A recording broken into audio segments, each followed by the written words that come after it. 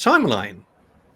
So during the Dune Awakening Direct 2, and even before that, during the Summer Game Fest, we got this little timeline diagram here, and I tuned it up a little bit, as you can see, because based on the information, we have the normal movie arc on the upper half of the image and the path that is followed by the game, which is debranching from the moment when Lady Jessica conceives a child, which is not Paul Atreides, as we know, and which is the complete game changer. And as you can see, the game takes place about like 28 years after that debranching from the main timeline. And yeah, that's what we are going to talk about. So what is your impression from the alternate timeline? Because you are much more into the books and the lore of the game. So what can you tell me about your impressions so far? After you, Megan. Oh, I was going to say I'm actually super excited about it because we already know how the books play out. I mean, there's the books have been around. Most of us read the books at some point, and we know that story. We know Paul is, the Lisan al-Gaib. We know he's the Muad'Dib. We know he's the Kwisatz Haderach. And by removing that, now we don't know the story. We don't know what's going to happen. The certainty of a storyline is open now to us. We don't know what's going to happen with humanity, what's going to happen on Arrakis. We don't.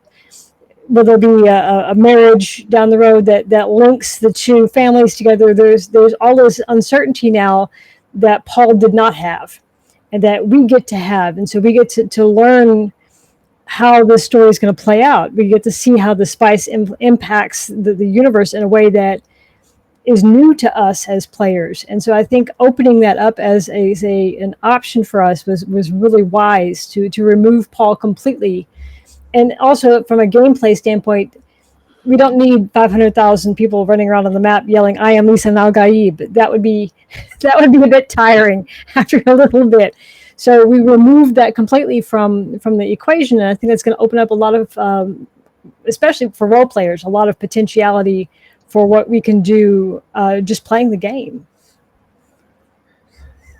Yeah, absolutely. I definitely think we're going to be in for a treat, and especially how I think it's a really clever way of just merging what we know about the story, because this isn't, it's not entirely off script in terms of off canon, because this was the original, or at least parts of it were the original Bene Gesserit plan of having Jessica give birth to a daughter and then eventually marrying Fade, and then kind of them having the Kwisatz Haderach.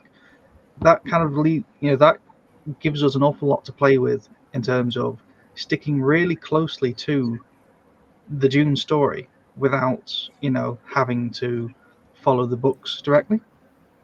So yeah, I think it's just a really kind of nice way to do it, but also just you get the butterfly effect on how many different things can happen as a result of that, and not all of them will be kind of intended the way the Bene Gesserit plan. One of the things that I find kind of interesting, and I'm sure we'll touch on it a little bit later, is obviously from the other player videos we've seen, the Bene Gesserit are effectively recruiting us as agents. Mm-hmm. Now, they don't normally do that. They normally kind of, very secretive, and they don't normally have to get prisoners or lowly people on their side. So it kind of opens up the other questions as what else has gone on? Why are they coming to us? It's that kind of scene with Loki. Is that you must be truly desperate if you're coming to me for help. So, yeah, I think it gives Dune fans an awful lot of what we want to see without kind of tying us down to one storyline. So yeah, I'm really looking forward to it. And if you think of one interview with Joel, I guess was mentioning if we could potentially visit Uppsala. That looks a bit strange. Let's move it to another layout. So it's a premiere here, so we got some technical issues, as you can see. Okay, here we are. So Joel mentioned in one interview that we are going to meet a failed Kwisatz Haderach. Do you have any assumptions who that could be?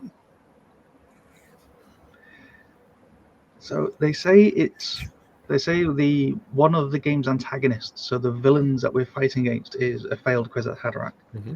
Now, in terms of lore-wise, there's a few, but not any in this specific timeline. Technically, you could use Count Fenring, but then that's kind of, it's an interesting thing. Perhaps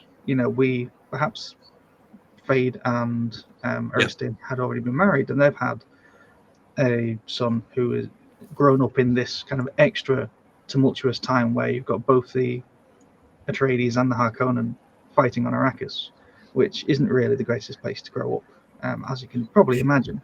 So it'll be interesting to see what kind of comes of that. But honestly, I don't know what to speculate on it. I don't think there's, other than that one, because that's Haderach, unless they bring in something totally off the wall, which we've not seen. Mm-hmm. I don't know. I don't think they will. They mentioned there were a lot of potentials, but they meant potential parent or grandparent at the furthest of the Kwisatz Haderach. They felt they were very, very, very close. Mm-hmm. I can't think of anybody that would be, that close outside of Paul, and he was unexpected. They expected it would be Paul's child, which that's a whole nother conversation. But the idea that were there other potentials that that Funcom has kind of pulled in from the side that we aren't really thinking about? I don't know. That's a really good question.